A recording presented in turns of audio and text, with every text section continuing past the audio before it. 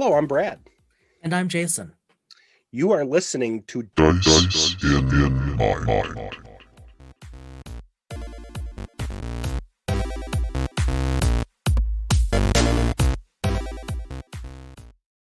This is our first episode that we are now recording and releasing weekly.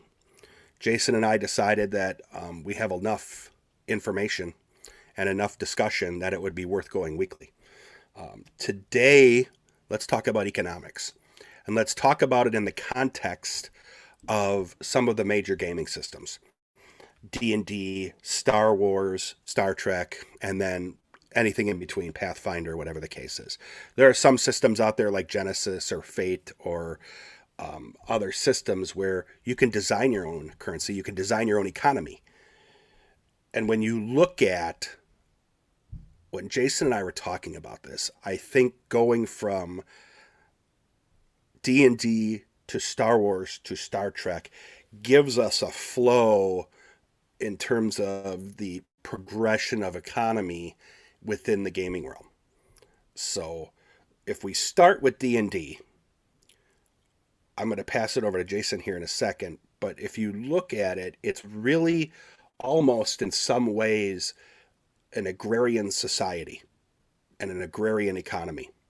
There is currency, coin in effect, but people are either self-sufficient farming, or they are bartering or trading, or they may trade for, in effect, metal, pieces of metal, coin.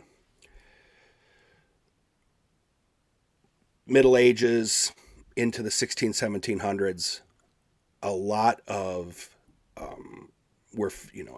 it's very similar to the era of the Middle Ages plus magic, which is what fantasy is. So obviously, Jason, you being and us and I being a Star Trek and Star Wars person, this was new for us. And I'm still learning to actually incorporate coin and economy and such into our game. It's a harder one to do, I think, than religion, faith, and philosophy. But how was your take on playing in that realm and then jump off from there? Brad, that's a good question. We really haven't dealt with economics, just the basic issues of purchasing in our D&D. When you think about it, I think we can explain that pretty easily for our listeners. We haven't been doing a traditional dungeon crawl. We've actually you have, I'm sure, back when you were a kid, but when we've played with Brian, I've never done a dungeon crawl. And so of course you get most of your booty, most of your money. Okay, you know what? I should call it money in D&D. You get most of your coinage through dungeon crawls. But I agree. I think it is a little different. The in-game and the meta-game economics of D&D were, and to a limited extent still are, new to me. So my PC is still only level 3, but look, level 3 is a lot more interesting than level 1. And man, just wait until you let him get to level 5, then the psionics are really going to come out. But this notion in D&D and Pathfinder and other similar games that XP have specific required values, right? You have to achieve certain benchmarks to level up, if you will. That metagame economy, that's new to me. So I guess I'm drifting a bit. So to bring it back to in-game, Well, let me interrupt. When you played D6 Star Wars, yeah. that meta economy, that leveling economy, did that exist for you back? I know you played a lot of this in high school and maybe early into college. Do you remember that in any way, shape, or form? I'm not a D6 Star Wars player, so I don't know. Back in my day, now maybe we'll get listener email on this one finally, but I don't recall there being level. No, in fact, no. Now it comes back to me. So in the notion of leveling up is very much a D&D and followers kind of thing. Star Wars, Star Trek, they don't have that. So with Star Wars, the D6 character evolution was very similar to the FFG Genesis character evolution. You could invest XP in, well, I still call them pips from D6, but you could invest XP in skills. But and like with the FFG Genesis system, you can invest XP in not merely skills, but in talent trees that are often really quite clever. But that's not what we have in D&D or Pathfinder. Going back to in-game, the notion that different things cost different coinage, that's not unique. I mean, whatever the system, right, you have to have some kind of monetary value behind things, and then you can purchase them. But I do think for me, the separation of, and I'm not even going to try to remember this offhand, of this many copper equals this many silver pieces equals this many gold pieces equals this many platinum pieces. All I simply remember is gold and platinum good, copper and silver you can do better. What do you think? Yep. What's your Yeah. experience? When I think about it and I think to our game, I have not handed out coin as or copper pieces. That's come out, but not a ton. You've acquired and other characters have acquired items that are magical in nature. So you have in effect, a magic sword, name of which we won't mention here. But that was in effect your reward for making it through a certain level. Could you go and sell that sword? Potentially. There's no established market for what that would cost. Same thing with in our game, we have a finite small number of jewels and gems that are part of the game. It's like those are components to the game. That's really been the economy. When I think back to the characters at the beginning, really our episode 0, episode 1, they lived in a home, they grew their own food, or they grew a garden. They would barter and trade that so that they could go eat at the inn. But we never really talked, even if you think about it, we never even talked about paying when I would have you, or when you would choose, you and the characters would choose to go to the inn. We've never really even used an economy. And I just stopped asking because you're like, don't worry about it. It's fine. But I some of that though is we are playing a one-on-one. And I wonder if, yeah, there are NPCs, not sidekicks, though, by the way, I designed a great sidekick. We still haven't used her.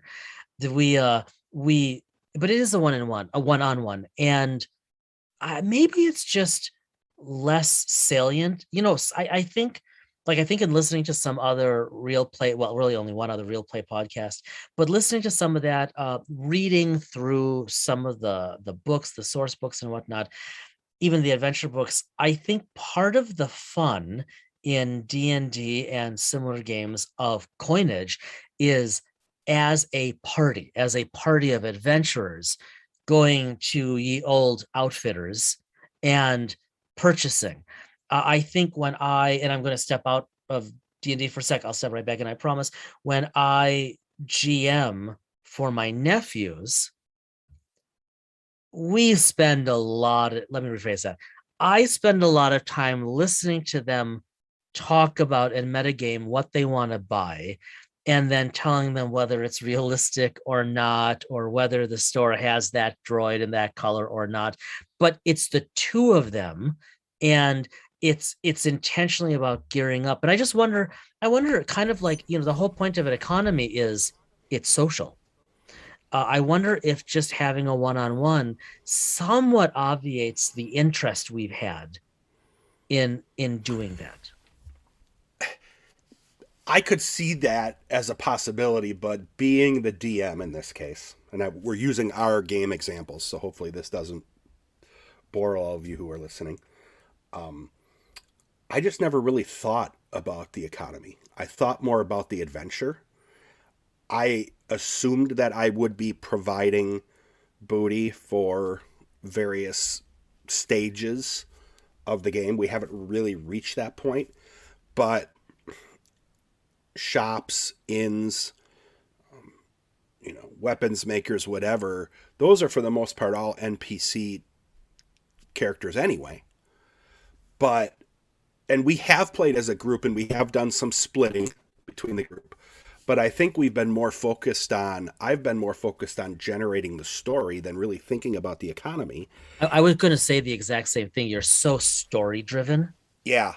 I'm not thinking, and I think I even told you like a month back or so that I wanted to step back a little bit from the start being story driven to introduce some more of the booty and in effect start to allow for an economy to come in. I've listened to these, and to your point, you'll have people argue over the items that are left behind or the coinage that's left behind.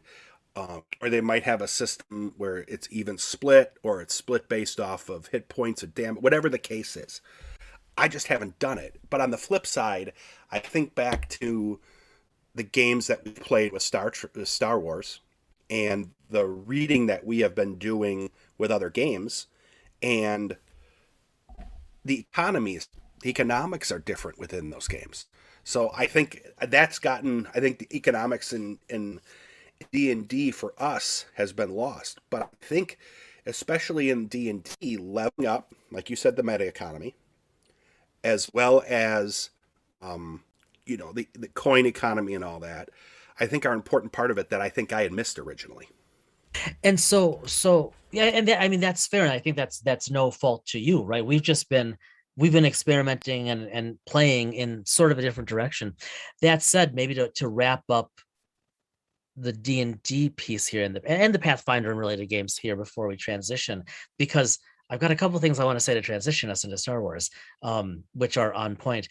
But I do think this is something we have missed as an opportunity now that we are literally just now talking about it. I hadn't thought about it at all, but now that we're talking about it, now that you're sharing your thoughts about this, I Yeah, I this was not part of our pre-recording discussion. It kind of has come out organically. And as you move into Star Wars, well, but not yet, because I want to say a little more about D&D.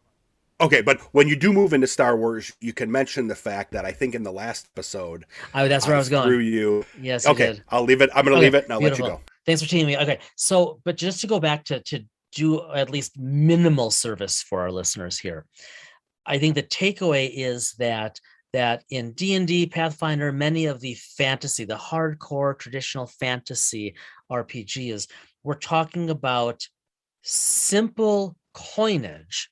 That doesn't mean it's a simple economy. Like you were saying, Brad, you just assumed in your world building that my PC and your NPCs grew some of their own food, they bartered for goods and services, etc. The medieval period here on Earth obviously had very complex economies, for example, all across Europe, both locally, regionally. You look at the Silk Road, and you have millennia of commerce, all based on goods as well as coinage over thousands of miles. And so I think the key thing, listeners, to take away is all of those things can happen. You can have these wonderfully complex stories, like you and I were talking about. Is it Kingdoms and Warfare, Matt Colville's book coming out? Well, so in there, presumably, he's going to have to talk about, and like if we pick up the book, and I know you will. So if we pick up the book, then well, that's cool. So you just have this basic coinage, but now you have basic coinage and it's across this broad, complex society. It's the kind of money that literally sits in the hand. It's tangible. I'll I'll I'm going to throw a wrench in that we won't fix because we can transition. But I know there are even worlds and realms within D&D. Planescape and so on, where dead or you're on different planes, magical planes, where the economy doesn't exist because it doesn't need to. So D&D even has this ability to function kind of the way we've functioned, just based off of the material they've provided. And that was a stretch. I remember reading this when I was younger on how some of these new realms, they have to find different ways of, I'm air quoting here, reward for characters beyond just the, like you said, the meta economy we have within D&D. So you're right. I don't have a wrench to fix it, but I do have a hydro spanner to address the question. There we go. Their transition. Yeah, thanks. So as you mentioned, last episode in the GM corner, you surprised the heck out of me by telling me on air that you want to get back into a bit of Star Wars so that we can get some practice with the Genesis dice mechanic before we really dive into creating our Star Wars port. And you made my evening, to put it mildly. And as you know, because I've been for clarification, Star Trek port. I'm sorry, thank you, Star Trek Star Wars. Yep. Playing Star Wars to port Star Trek. Thanks. And as you know, because I've been sending you notes, I sent you a screen crawl. I've continued doing this. I've got the stuff right behind me on the other desk. So I've been working on the world building, the local world building, because of course it's Star Wars. And it's funny because, okay, so I can share, let's just get into this for real, and I'll share what you already know, what I've told you, and a little bit more. So Brad knows this, but listeners, I am working on a short campaign for Brad for a Star Wars one-on-one. It is going to take place it's going to start around 36 ABY along the western border of Hutt space and the expansion region of the galaxy. I'm not going to go into too much detail now because it's beyond the scope of this discussion. However, Brad has not yet, to my knowledge, done character creation. We'll probably do a session 0 at least to play with that a little bit. But I am operating on the assumption that Brad is going to create a PC that is going to be either a trader or a bounty hunter, or even, to use the parlance of the D6 system, a quote, brash pilot. Something like that, where he's going to have his own ship and is going to be looking for work, looking for jobs in that region. Well, let's talk about commerce then in that region and in Star Wars writ large. We have here, depending on your preferred point in canon, your point in time in canon, we have galaxy-wide the presence of a universal, complex, fungible monetary system. For most of canon, the Imperial credit. At other times, it was the Republic credit or the New Republic credit.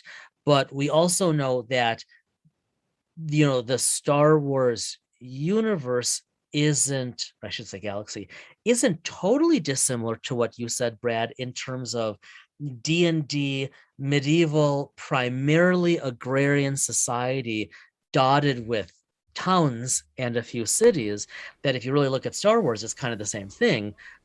So, but you have at any given time, a unifying monetary system and credit, quote unquote, but then you have countless local monies as well. Let me just throw this in for a second, then I'm going to turn it back over. Episode 1, 1999. Liam Neeson walks into Watto's, is it Watto? Yeah, Watto's, in effect, junkyard, and tries to use his forced mind control to try to convince Watto to use Imperial credit or Republic credits. And Watto says Republic credits are worthless out here. So that's where it throws like the direction you're going. Central core systems, they tended to rely more upon that type of currency. The further you got from the core toward the outer regions and so on. Yeah, I think it's a great example. It's like we were talking off air before we started recording about how, there are countless types of cash around the world today, but the US dollar, for better and worse, is often fungible in a lot of countries that don't take US dollars, right? It's not mint there, but many merchants, especially small merchants, will accept it because either they can exchange it with others for US dollars, or the exchange rate is so favorable that they'd like it. Alternatively, there are many places in the world, probably most places in the world, where it's just completely worthless. And the difference is maybe, in real life on Earth, in 2021, the US still has a major economic footprint, but there's no universal currency. Whereas in Star Wars, it's a little bit the opposite. There is a universal common currency that, as you move away, like you said, from the centers of commerce, may or may not be as relevant. Like if you read the Thrawn series, and I'm talking about the current, the not the expanded universe, but the canon Thrawn trilogy, and now the first two books of the Thrawn prequels. If you read them, well, then we see that, what we would call the outer rim, that there are locally, I should say regionally across the outer rim, there are trade languages, right? There are trade languages where you might have dozens of planetary systems, dozens of civilizations, all with their own distinct languages, but they do commerce through a common language. We've seen that on this planet throughout history, be it Aramaic, be it Greek, be it Roman, be it English, be it Arabic. And so I mean, George Lucas, he's a product of his time, like all writers and directors. And so we have that. But I do think it's interesting that in Star Wars, you have this concept that was made so universal in science fiction writ large, of quote unquote the credit, right? Whatever, because that sounds way more futuristic than the dollar. And darned if it doesn't. I had studied this a long time ago, so I am not going to get this 100% accurate, and I am treading very close to complete nerddom and the loss of the 4 listeners we have.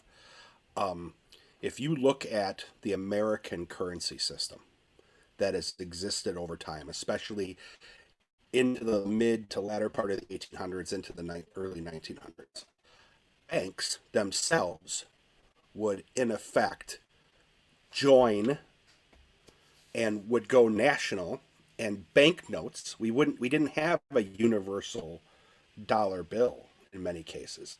That dollar bill, that $10 bill, could be issued by the Bank of New York, and you knew that if you had Bank of New York bills or notes, it would work. If you had Bank of, St. George wherever, you didn't necessarily know if they were part of the national banking system. These were private banks that went national. Here in Star Wars, now by the early 30s, when banks started failing, the Great Depression, that's when they started federalizing. Before that, the Federal Reserve came in after the crash in 1907. Blah blah blah blah.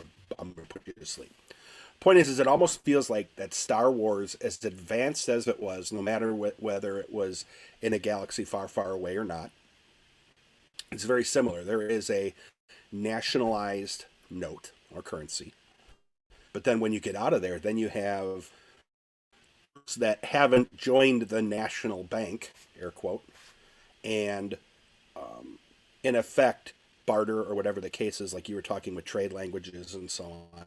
You even have I think of the prequel series with the banking clan joining the Confederacy of Independent Systems. So Star Wars is very unique. It's kind of a good hit between the more rudimentary system that fantasy has, and it's just more rudimentary. It's designed to be that way. And what we're going to get into with Star Trek, where there are you could play stories just off of that on its own. It became an issue. The whole idea of there not being a universal note is what predicated everything that happened in episode 1. Pod racing, freeing of Anakin, and so on. All because that world, Tatooine, didn't, Republic credits meant nothing to them. So Yeah, I think that's right. So let's go over for a sec and talk Star Trek.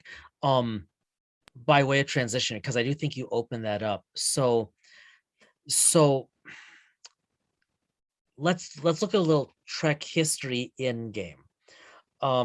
We've got TOS on the one end, and TNG on the other. And yeah, I know, listeners, I'm just ignoring Discovery and all that. We're just going to keep the timeline really simple for this discussion.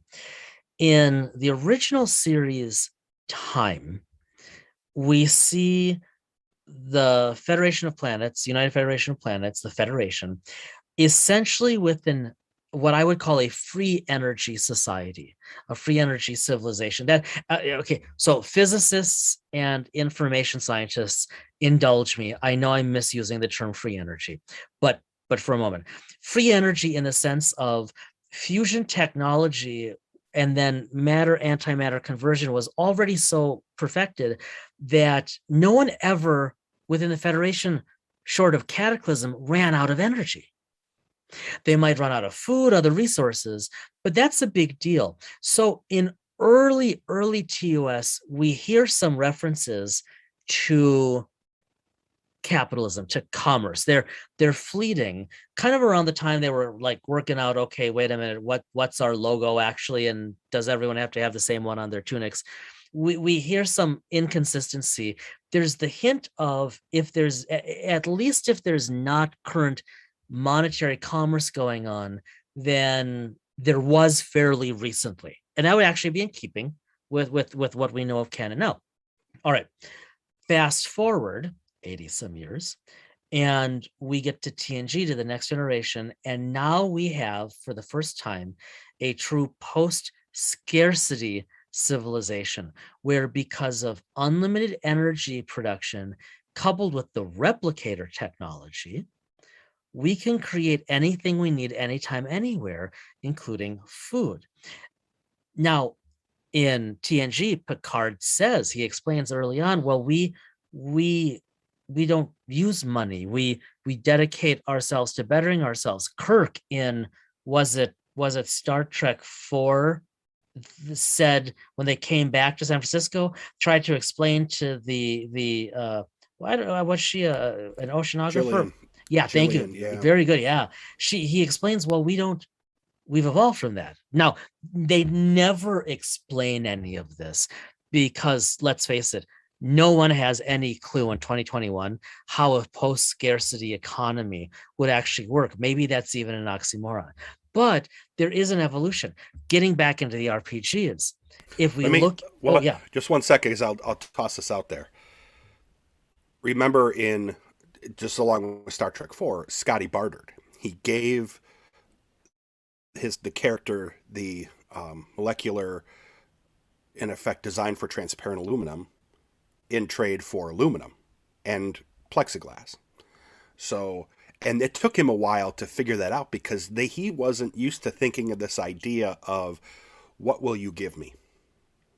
So I just have to wonder, even when you watch, it seems like Star Trek 4 is the one, and even First Contact, that's when Picard is talking to Alfred Woodward's character, talking about we've evolved beyond that. But in Star Trek 4, Kirk getting kicked off the bus, Scotty trying to barter. They didn't understand this concept that they flew back to the 20th century, the mid 80s, and it was. I mean, even more so now. I mean, I won't get into the politics of it. What can you give me? Will you give me for that service?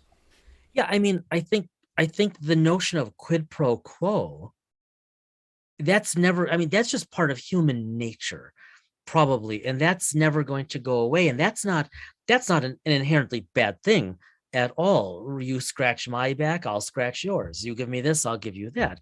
That's that's just logical. But that the bigger world now, just I gotta say, as an aside, in the FFG, I'm sorry, in the Modifius Star Trek, from what I can see, they just don't really address this at all, right? In the sense of right, there's no economy.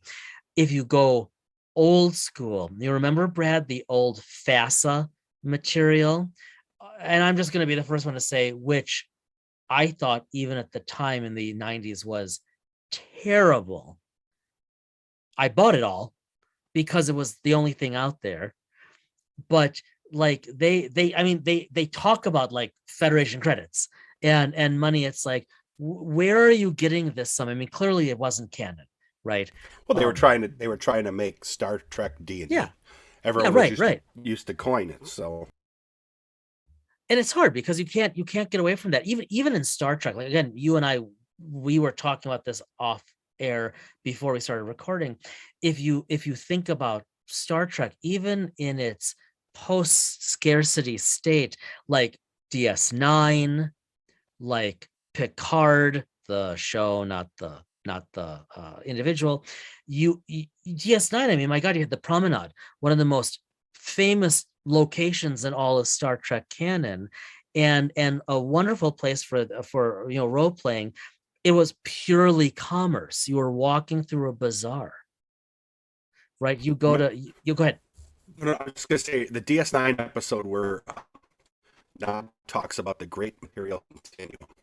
I think that was the term he used when he was bartering and trading self-sealing stem bolts and someone taking a picture of, one of the people, one Federation officer, like to have his picture taken behind famous desks, and they actually mentioned Captain Picard's desk. So there's this idea, like you said, a very vague idea of, and it's obviously he's thinking of it from a Ferengi's perspective. This idea of the material continuum. It's funny how in DS9 this idea, and I'm going to stop this because now we're going to go way off track. Came up term or an item that was used, as in context of a greater story. It even came up in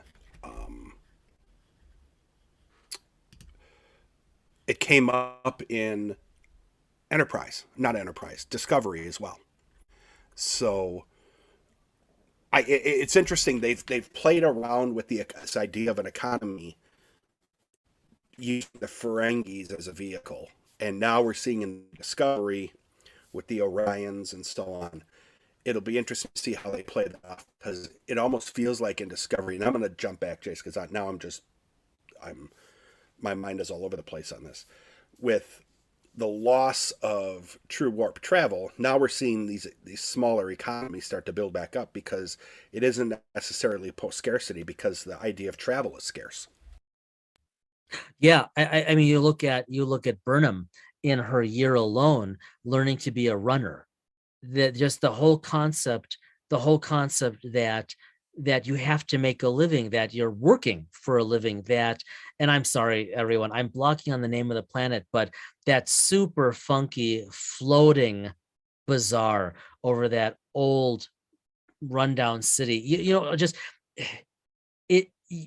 it's there. And I think that's our point, everybody, that whether we're talking about D&D and this medieval coinage, whether we're talking about the Star Wars galactic credit, whether we're talking about the Star Trek post-scarcity society, nonetheless surrounded by all of these other monetized civilizations, economics is part of human behavior.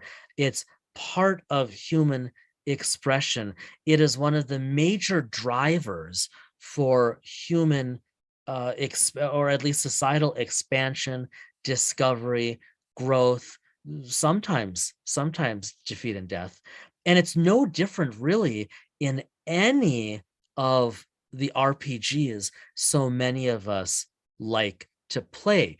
There are always economics, and that's just part of it. And there's there's just a neat element to that. And I think if anything, if we go back, Brad, to the start of our conversation about how we don't really have any of that yet in our D&D game together, it's a reminder that that's always there as a potential to help simulate a more real feeling world. It's funny how I focused a lot on faith and spirituality in our game, and all but ignored economics. When economics, I like to think of myself as an amateur armchair wannabe economist. Um, I didn't play that into it at all. And what will be interesting is, and this is more of, maybe Jason, you can comment on this, but this is more of kind of a question for listeners. How do you play? How do you integrate economics and the economy into the game as a game master or dungeon master? I failed. I'm okay to admit that. We're learning. But Jason's going to GM a Star Wars environment. We're talking about, Jason mentioned Modiphius' Star Trek. We've been talking about a Genesis RPG based Star Trek. Now this is going to be on my mind whenever I DM, is this idea of reward, this idea of quid pro quo. What can you give me? The great material continuum. So What do you say we walk over to the GM corner and try to offer some recommendations? I'm game. I'll let you jump in first. Well, so let's bring us full circle, my friend. Kind of a literal response to your question, but for our listeners, is let's go back to D&D. You and I, it's been a while since we've talked about this, but I still love paging through this book. The Acquisitions Incorporated source book for D&D. I think, like, I'm thinking, okay, if I were GMing a D&D game, what would help me get into that mindset of economics, or at least help me incorporate some of it? Well, the whole point of Acquisitions Incorporated is that you are role playing as a member of AC Inc., literally as a corporation. And so the whole world through that lens is literally about making money, right? Screwing people over to make money and so on. So I think, listeners, that's just a great thing to play with, a great thing to think about of, okay, sometimes if you want to learn how to do something in moderation, it helps to look at that thing in extremis. And Acquisitions Incorporated is it's kind of like saying, well, I'd like to learn how to meditate. So you go and spend a year studying with the Jedi, only to come home and, close your eyes for a few minutes every day. It's funny you bring that up, because now I feel guilty that I didn't look at that book more. I've read it, but I didn't look at it more. There's a perfect example of the counter to what we're doing. You can play adventures, crawls, or whatever purely for economic reasons, whereas we've been playing for, in effect, larger, grand reasons, which Jason isn't aware of yet. So D&D gives you a lot of that freedom. AC Inc., perfect example of where you could drive adventures based on economics. Economics tends to be the underlying current within the game, because that helps drive the game. But here's where the game itself is economic. Yeah, and so similarly, if you want to look in a sci-fi venue, we can go back to FFG's Star Wars, and specifically their gadgets and gear source book. Really any source book or any adventure book or module or path, if you flip to the gear list, and those exist. I mean, come on. It's kind of like computers or camera gear or car floor mats or whatever it is today. But many of us geek out a little bit about gear, even if we never buy any of it. Well, every one of these books was there any reason, I'm joking with you, was there any reason you brought up car mats? None whatsoever. Okay. None whatsoever. No, but that's all I'm saying. I think any of us, if we want to infuse some more economics into our game, again, for the purpose of making it real, a more interesting, fun, funny, robust world, we can just flip to the gear section. And it doesn't matter whether you're looking at buying magical scrolls or bionic limbs or that three-eyed thing that you are going to wrap up for lunch. It doesn't matter. There's so much material out there. So I think the moral of our story is, remember economics.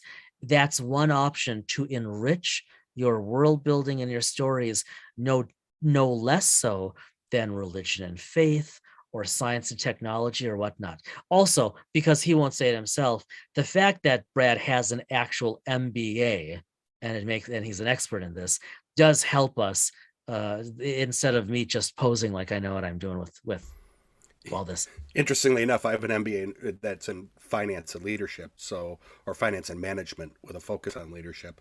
Yet I'm the guy who doesn't include finance at all in the environment he built for us to game in. There's a little bit of irony there. But that's all right. I mean, because think D&D was new for us, and isn't that part of the reason that we all enjoy playing these games so much? On the one hand, we can express ourselves and explore ideas in ways we couldn't do in real life because stabbing or shooting or phasing people in real life, it's usually frowned upon, and on the other hand, it allows us to step out of our regular zones of familiarity and comfort and exist in these wonderfully enigmatic worlds where, like I think Brad, you said in our first or second episode, where we can decades later talk about things that happened in those games as if they were things that actually happened in real life. So Yep. Yeah. yep. Sorry. We're Brad, my internet. I apologize in advance, folks, if I sounded a little pixelated there. I think I'm encountering some weather here, so that might have something to do with it. Yeah, that would make sense. Yeah. For me, just to jump over, kind of even to what I'm working on these days. I think I mentioned last week. I've been working on. Ironically, now I'll go back to working on again some of the stuff that I've been doing for our game because I'm a little embarrassed. Jason's put more effort into the future Star Wars game we're going to play than I have this past week with D&D. And I think I'll call it out here, Jason. I think we need to play D&D like in the next week before we start on Star Wars. I think I owe that to you because we've paused that with lots of stuff going on in our lives. Now, all good, but it's just been a very busy couple of weeks.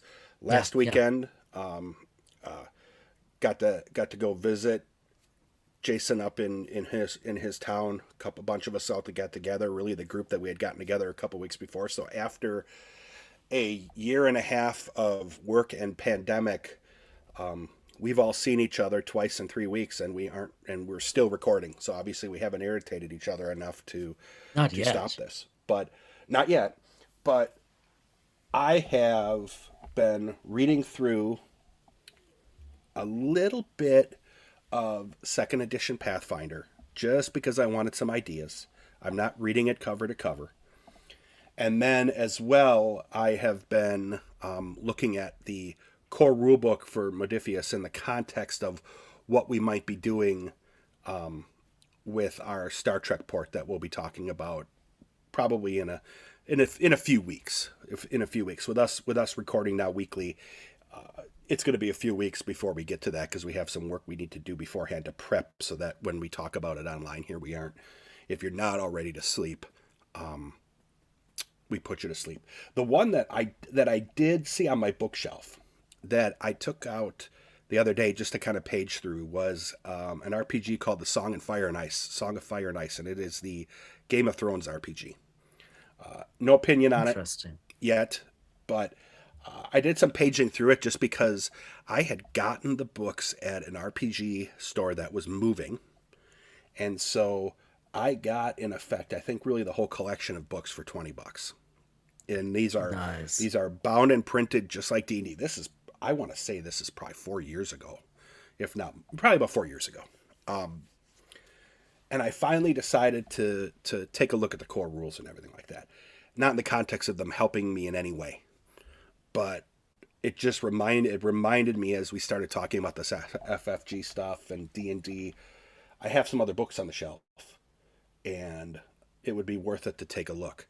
What I am looking forward to is, and I'm teeing Jason up here, I know it's is, coming. you know it's coming, I know it's coming. the new Modifius releases that are coming for the Shackleton Expanse, and then the players and game masters. They're not revised guides, but they're actually almost like, I don't know, Jace, you can probably explain it to me, almost like best practice guides in a way, right? All we know, Brad, is what you shared with me earlier today that Modifius released, and it really sounds like they are taking a D&D approach to splitting those guides. And so just my reading through those a little more carefully, just the website, uh that's what I'm expecting. They, when it comes to that GM guide, they might as well just take my money. They're not gonna take yours before they take mine. That's probably true. And Yeah. but yeah, and the funny thing is I got that email last Friday, and I held off because we were all busy this weekend being together. So I did not want to inundate you with this while we were all together. I appreciate that. Good. And Yeah, then I because forgot yeah, I forgot about it Monday and Tuesday, and then I flag emails. I use an app to flag emails to remind me if I haven't acted on them in my inbox by a certain date. And I saw it smart. today, and I'm like, oh, I needed to get that over to you, because I would get a more pure response now that we've gotten through some busy weeks that we've had. Yeah. You still Yeah. have some busy weeks upcoming with some of the research work you're doing and everything, but for me, I'm coming down from a busy few weeks. But for me, I've put it back on the shelf. But A Song of Fire and Ice is an interesting and different RPG. It will be something I never play.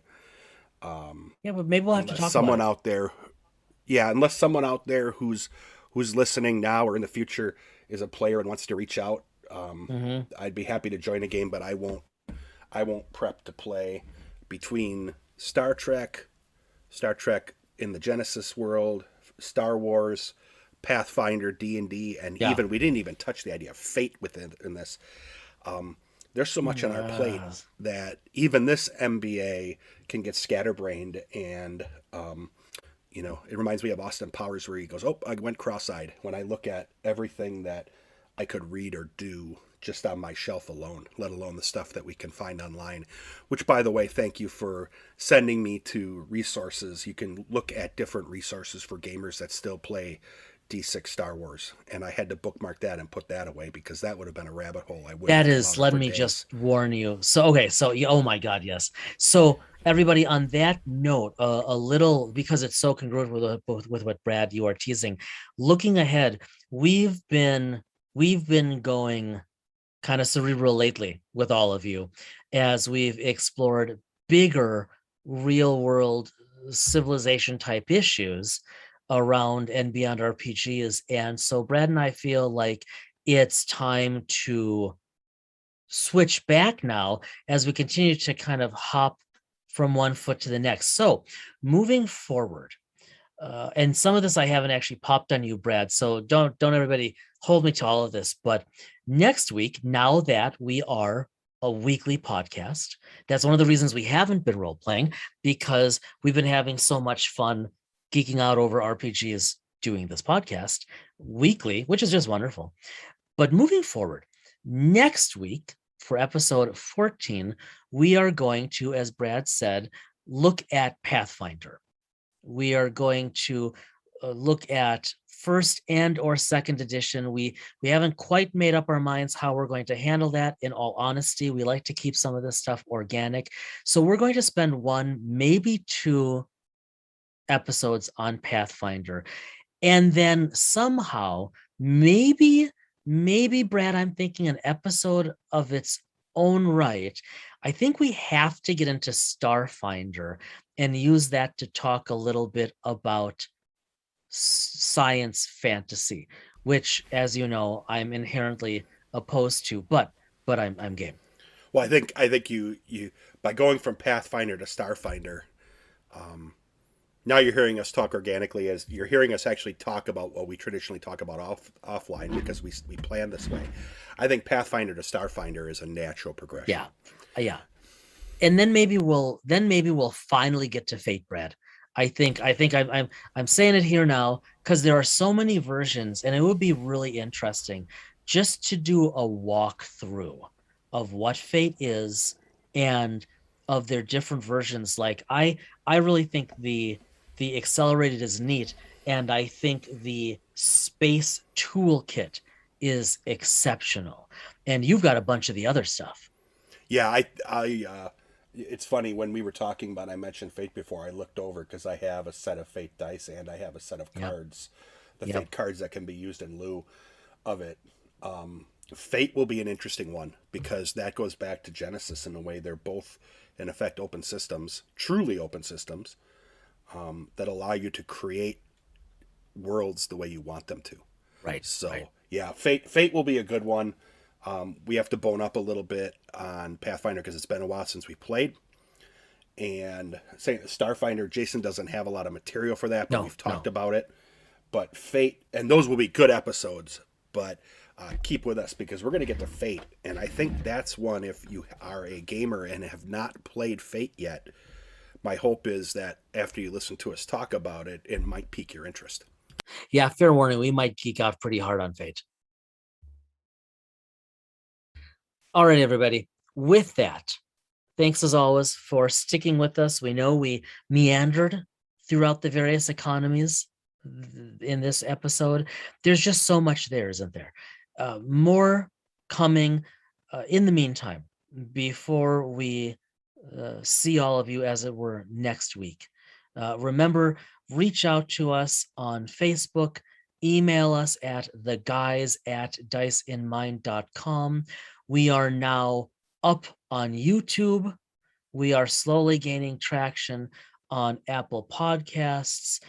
Any way you want to listen to us or tell everyone you know about us, we would appreciate.